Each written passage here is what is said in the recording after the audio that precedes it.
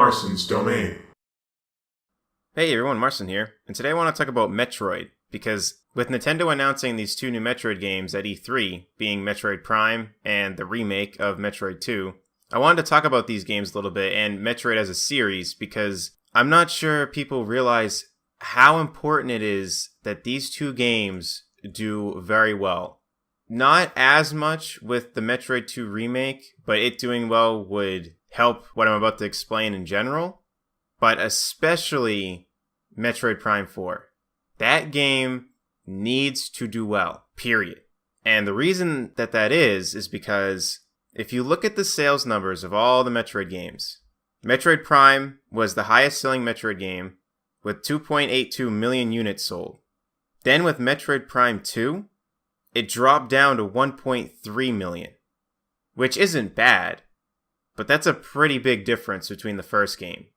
And then Metroid Prime 3 sold a little bit more than Metroid Prime 2 with 1.63 million, but the reason why that's not that big of a deal is because the Wii sold way more than the GameCube. Way more.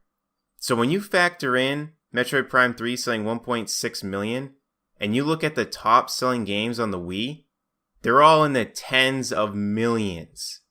With GameCube, Metroid Prime selling 2.82 million, that was a good amount of sales. Because you look at the top selling games, they were around the 7 million mark. So 2.82 million, that's pretty good. And same with Metroid Prime 2. It sold less than Metroid Prime, but 1.3 million, that's still pretty decent considering the GameCube's sales numbers. But Metroid Prime 3, with 1.63 million, when all their other big titles were in the tens of millions, that is not good. And then Metroid Other M sold 1.1 million.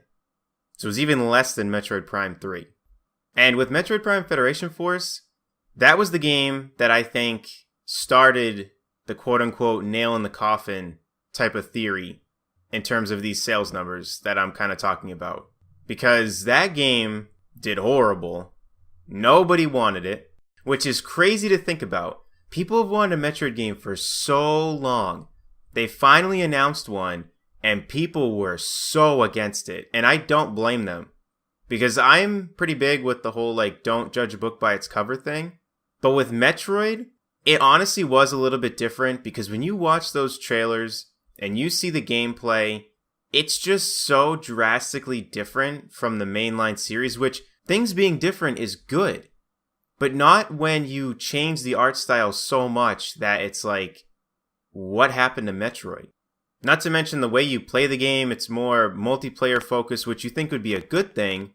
But the fact that you're not even Samus, and you've got this weird art style, and you get these power-ups that give you different classes, it doesn't really seem like a Metroid game at all. Because I am a huge advocate for adding multiplayer to these Metroid games. Because I know some of them have it. And Metroid Prime Hunters, shoutouts to Doughboy Smash, because he was one of the best at Metroid Prime Hunters. That game's multiplayer was amazing. And in my opinion, it was even more amazing because it went online. I think these new Metroid games should have online. But that's a topic for a different video. Because right now I want to talk about why Metroid Prime 4 needs to do well. Because Metroid Prime Federation Force, doing as bad as it did, really did not help the series. It only helped the series in terms of Nintendo realizing, okay, we can't fool around with Metroid anymore. We need to make a hardcore Metroid game that fans are going to love. So I think with them doing the remake, that was to kind of be like, hey, we still remember the old games. We still remember what they're like. We're going to give you this. Hopefully you like it. And then with Metroid Prime 4, I think they were like, okay, a game that's considered one of the best games ever made of all time is Metroid Prime. We're going to take that game. We're going to make a new one. We're going to do it right. And we're going to get the fans on board.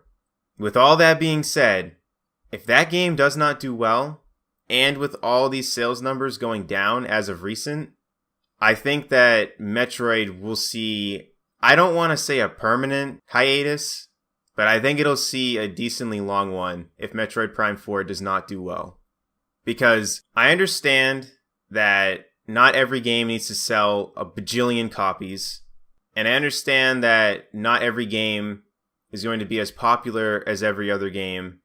But when you look at Nintendo, because they are a business, why would they keep trying to release a series that doesn't do well? I'm not saying the Metroid Prime 4 isn't going to do well. I want it to do amazing, and I hope it does. I really, really hope it does. And I hope that Nintendo doesn't mess it up. Because you never know. Just because they announced Metroid Prime 4 does not mean that it's going to be an amazing game. We have no idea. It's not being made by Retro, so we don't know what's going to happen with this game.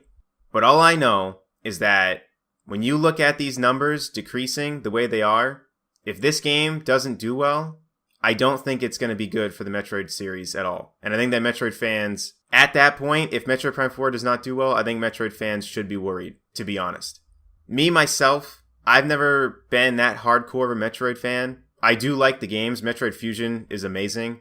But I want this game to do well because I want to be able to kind of jump into the Metroid series. And if this game doesn't do well, I'm not going to really have an opportunity to do that because I don't think they're going to make any more, at least not for a very, very long time, if Metroid Prime 4 does not do well. So that's just my opinions on this. Let me know in the comment section below what you think about all this. Do you think that this game needs to do well as much as I do? Or do you think they'll just keep making them even if it kind of flops? Let me know in the comment section below and I'll see you on the next one. Take care, everyone.